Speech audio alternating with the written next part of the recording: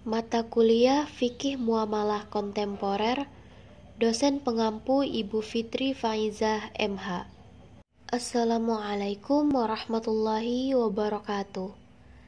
Kami dari anggota kelompok 1 yang beranggotakan Humaida dengan NIM 2014120263, Ria Kartika dengan NIM 2014120342, dan saya sendiri Zulfa Azharo dengan NIM 2014120291.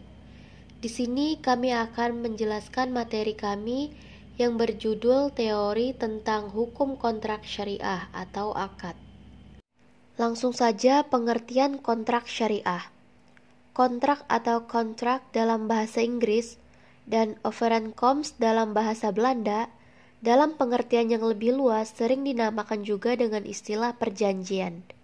Kontrak merupakan unsur penting dalam suatu perjanjian atau kerjasama.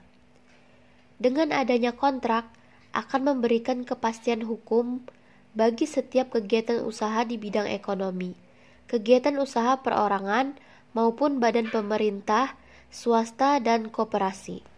Maka dengan sendirinya frekuensi pembuatan kontrak ini mendorong orang untuk memikirkan suatu bentuk kontrak yang dapat digunakan untuk melayani kegiatan transaksi secara efektif dan efisien. Bentuk kontrak yang dimaksud ini dikenal sebagai kontrak baku atau standar kontrak. Kontrak baku yaitu perjanjian yang hampir seluruh klausanya dibakukan dan dibuat dalam bentuk formulir.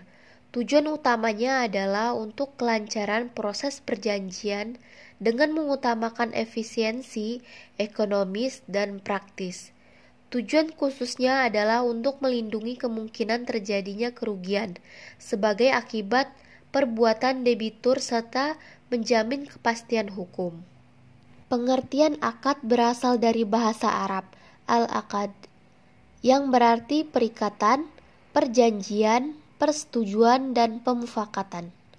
Secara istilah fikih, akad didefinisikan dengan pertalian ijab atau pernyataan penerimaan ikatan, dan qabul, pernyataan penerimaan ikatan, sesuai dengan kehendak syariat yang berpengaruh kepada objek perikatan.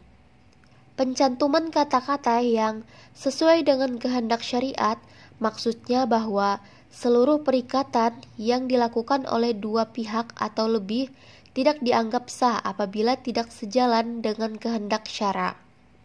Berdasarkan pengertian tersebut dapat disimpulkan bahwa akad adalah pertalian ijab atau ungkapan tawaran di satu pihak yang mengadakan kontrak dengan qabul atau ungkapan penerimaan oleh pihak-pihak lain yang memberikan pengaruh pada suatu kontrak. Selanjutnya, rukun dan syarat akad. Rukun akad setelah diketahui bahwa akad merupakan suatu perbuatan yang sengaja dibuat oleh dua orang atau lebih, berdasarkan keridhaan masing-masing, maka timbul bagi kedua belah pihak hak dan ittiham yang diwujudkan oleh akad. Rukun-rukun tersebut ialah yang pertama akid, ialah orang yang berakad. Yang kedua, mauqut alaih, ialah benda-benda yang diakadkan. Yang ketiga, maudhu al-akad, ialah tujuan atau maksud pokok mengadakan akad. Berbeda akad, maka berbedalah tujuan pokok akad.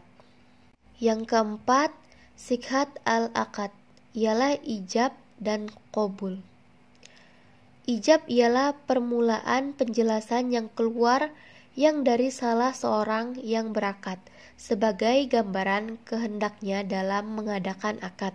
Sedangkan qabul perkataan yang keluar dari pihak yang berakad pula yang diucapkan setelah ijab. Syarat-syarat umum yang harus dipenuhi dalam berbagai macam akad yaitu yang pertama, kedua orang yang melakukan akad cakap, bertindak atau ahli. Tidak sah akad orang gila, orang yang berada di bawah pengampunan atau mahjur, karena boros atau lainnya. Yang kedua, yang dijadikan objek akad dapat menerima hukumannya. Yang ketiga, akad itu diizinkan oleh syara, dilakukan oleh orang yang mempunyai hak melakukannya walaupun dia bukan akid yang memiliki barang. Yang keempat, akad tidak dilarang oleh syara. Yang kelima, akad dapat memberikan faedah.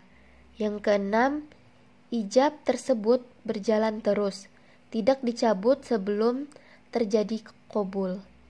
Yang ketujuh, ijab dan qabul bersambung. Jika berpisah sebelum adanya qabul, maka batal. Selanjutnya akan dijelaskan oleh teman saya. Baik, saya akan melanjutkan pemaparan materi dari rekan saya, Julfa Az-Zahra. Materi selanjutnya adalah asas-asas akad. Dalam hukum perjanjian syariah, terdapat 14 asas yang dapat digunakan sebagai landasan dasar dalam menjalankan perjanjian syariah, yaitu asas-asas khusus. 5 asas-asas ini bersifat khusus dan dapat berakibat hukum. Di antaranya, yang pertama, asas konsensualisme atau asas kesepakatan. Kedua, asas kebebasan berkontrak dalam bermuamalah. Ketiga, asas perjanjian itu mengikat. Keempat, asas keseimbangan. Kelima, asas kepastian hukum. Selanjutnya, asas-asas umum. 8 asas-asas perjanjian ini bersifat umum dan tidak berakibat hukum. Di antaranya, yang pertama, asas ilahiyah. Kedua, asas kebolehan dalam bermuamalah. Ketiga, asas keadilan. Keempat, asas persamaan dan kesetaraan. Kelima, asas kejujuran. Keenam, asas tertulis. Ketujuh, asas itikat baik atau asas kepercayaan. Kelapan, asas kemanfaatan dan kemaslahatan. Materi selanjutnya, akibat dan batalnya akad. Menurut ulama fikih, setiap akad mempunyai akibat hukum, yaitu tercapainya sasaran yang ingin dicapai sejak semula, seperti perpindahan hak milik dari penjual kepada pembeli. Dan akad itu bersifat mengikat bagi pihak-pihak yang berakad. Tidak boleh dibatalkan kecuali disebabkan hal-hal yang dibenarkan syara, seperti terdapat cacat pada objek akad, atau akad itu tidak memenuhi salah satu rukun atau syarat akad. Dalam hukum perjanjian Islam, seperti halnya dalam hukum lainnya, pada asasnya akibat yang timbul dari suatu perjanjian atau akad hanya berlaku pada para pihak yang membuatnya, dan tidak berlaku terhadap para pihak yang membuatnya, dan tidak berlaku terhadap pihak lain di luar mereka. Hal ini ditegaskan dalam kitab Mursyid Al-Hairan pasal 306 ayat 1, akibat-akibat hukum akad hanya berlaku terhadap para pihak yang membuatnya dan tidak berlaku terhadap pihak lain selain mereka. Pasal 278, orang yang balik dan berakal sehat serta tidak berada di bawah pengampuan dapat membuat akad apapun secara sendiri maupun mewakilkannya kepada orang lain. Barang siapa membuat akad secara sendiri dan untuk dirinya sendiri, maka dialah dan bukan orang lain yang terikat oleh hak-hak dan akibat-akibat hukum yang timbul dari akad tersebut. Baik, di sini saya akan melanjutkan pemaparan materi dari rekan saya Humaida. Bentuk kontrak baku sepihak dalam lembaga keuangan atau perbankan. Perjanjian baku sepihak yaitu perjanjian yang isinya ditentukan oleh pihak yang kuat kedudukannya di dalam perjanjian itu. Pihak kuat di sini ialah pihak kreditur dan lazimnya mempunyai posisi atau ekonomi kuat dibandingkan pihak debitur. Bentuk perjanjian baku sepihak merupakan salah satu bentuk perjanjian yang sangat banyak kita temukan di masyarakat. Contohnya dapat kita lihat dari gambar dalam video ini. Di situ ada contoh dari perjanjian akad jual beli mudharabah. Berdasarkan uraian mengenai perjanjian baku di atas, apabila melihat kembali pada asas-asas dari perjanjian menurut hukum Islam, maka dapat diketahui bahwa tidak adanya kebebasan dalam akad termasuk melanggar asas kebebasan berakad, dan dalam istilah bahasa Arab disebut dengan mabda huriyah atau akud. Pada asas kebebasan berakad, para pihak yang melakukan akad harus memiliki dasar suka sama suka atau kerelaan antara masing-masing pihak. Tidak boleh ada tekanan, paksaan, penipuan, dan misstatement.